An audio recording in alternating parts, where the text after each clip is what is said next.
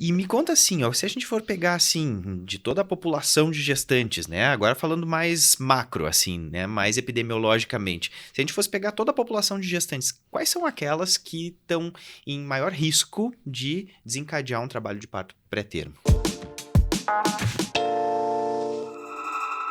Olha, tem zilhares de fatores de risco. Na verdade, é uma tabelona imensa até que a gente tem na nossa aula, mas eu gosto de falar que muitas vezes a gente não consegue encontrar o risco. Então, tem um monte de vezes que a gente tem um trabalho de parto prematuro sem motivo. E a gente fica assim, né? Cacilda, mas o que foi que aconteceu? Então, existem algumas teorias e algumas situações diversas que podem fazer essa paciente ter um trabalho de parto prematuro. As condições socioeconômicas, elas mexem muito com o desenvolvimento fetal. Então, eu posso trazer para vocês, pacientes muito jovens, gestações indesejadas, acredite, Jader, a gente tem evidência científica claríssima aqui. Pacientes estressadas, pacientes com relacionamentos não adequados, pacientes com depressão, tem mais trabalho de parto prematuro. Pacientes com higiene escassa, com alimentação restrita, que tem uma dificuldade de conseguir ter todos os nutrientes micro, macro, o que for na sua dieta. E a gente vai falar aí dos clássicos, né?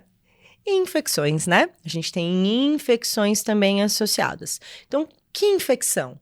Qualquer infecção. Então, pode ser uma otite? Pode ser uma otite. Pode ser uma unha encravada que infectou? Pode. A gente tem o estímulo de uma cascata de eventos que liberam ácido araquidônico em qualquer infecção. A gente está acostumado a falar, infecção vaginal, infecção do trato urinário. Gente, infecção do dente. Periodontite. Periodontite é uma das coisas que mais dá. Gente, toda gestante deveria realmente passar numa consulta com o dentista ao longo do pré-natal. Isso é muito importante. Por quê? O ácido araquidônico vai acabar fazendo com que? Liberação de prostaglandinas. O que a prostaglandina faz? Aumento da contratilidade da musculatura uterina. E aí a gente pode ter as alterações aí do colo do útero. Mas as clássicas, né, são as vulvaginites, e aí a gente vai incluir vulvaginites que não tem relação com doenças sexualmente transmissíveis, com as infecções sexualmente transmissíveis, vaginose bacteriana, tem a liberação de algumas proteases que pode alterar aí esse colo do útero, aumenta risco de ruptura de membranas. Então, em gestante, nós tratamos sempre, acho que é muito importante, vou falar de novo, sempre devemos tratar vaginose bacteriana em gestante. A pergunta até ativamente, se está com alguma secreção diferente, quando a dúvida, examina a paciente ao longo do pré-natal, porque a gente deve tratar, porque isso aumenta muito a chance de trabalho de parto prematuro, amniorexis prematura, tá? As infecções sexualmente transmissíveis também, porque aí a gente tem a ascensão aí para bolsa, às vezes rompe bolsa, às vezes estimula a contratilidade, né?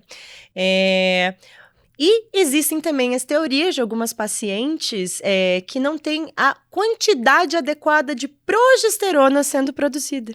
Então, quando eu tenho... Mas isso é uma coisa que está sendo muito estudada ainda, e eis aí o motivo do porquê nós utilizamos, aí já vou dar spoiler, né? A progesterona natural micronizada como uma medicação para tentativa de prevenção de trabalho de parto prematuro. Então, assim, as teorias dizem que é uma paciente que tem menos progesterona, a quiescência uterina não é mantida, então a gente tem uma atividade uterina maior. E essas contrações uterinas, Jader, acabam fazendo com que o colo do útero fique mais curto, né? Esvaecido. E aí a gente tem muito mais risco dela deflagrar o trabalho de parto prematuro por conta disso. Mas sim, gente, ainda precisamos de mais estudos para entender. É muito complexo o que acontece do ponto de vista hormonal dentro da barriga, né? Durante a gravidez. Mas é super interessante a gente entender os motivos do porquê a gente usa os medicamentos. Eu percebo que muitos colegas decoram, né? Risco de prematuridade, bora dar progesterona. Mas por que a gente vai dar progesterona, né? Então, tem todas essas teorias, certo? Ótimo.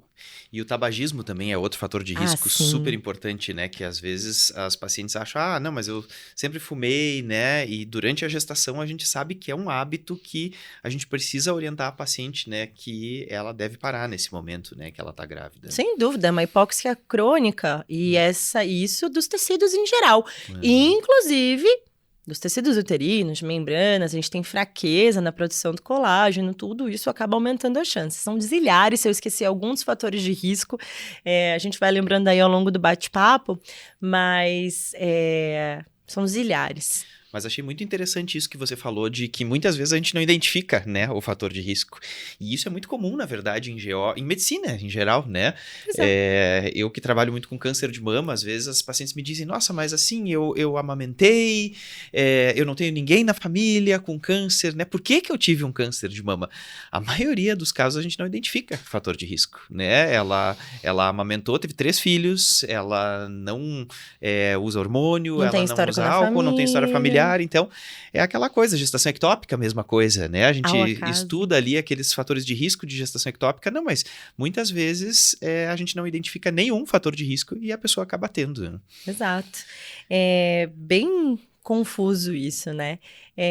Talvez seja uma coisa que, além de cair muito nas provas, né? E a gente também tem que falar de prova aqui, não é só sobre medicina, obstetrícia e filosofias, que o principal fator de risco para você ter um parto prematuro é ter tido um parto prematuro anteriormente, ou 2, e cada vez mais vai aumentando esse risco. Então, às vezes, assim, o paciente chega, teve um parto desses que a gente não sabe, que raios que aconteceu, que nasceu prematuro, aí ela engravida de novo, e o simples fato dela ter esse histórico já deixa a gente muito alerta, porque o principal fator de risco é ter tido um. Uhum. Certo? Igual câncer de mama. Se você teve um câncer de mama na mama direita, o principal fator de risco é ter tido um para você ter um outro. Um dos principais, né? Não sei se é o principal, você que é o mastologista aqui. Eu sou obstetra aqui. Mas é como muitas coisas, né? Que nem o descolamento de placenta, né? Pois o fato de ter tido um anterior aumenta a chance de você ter. É isso aí, né?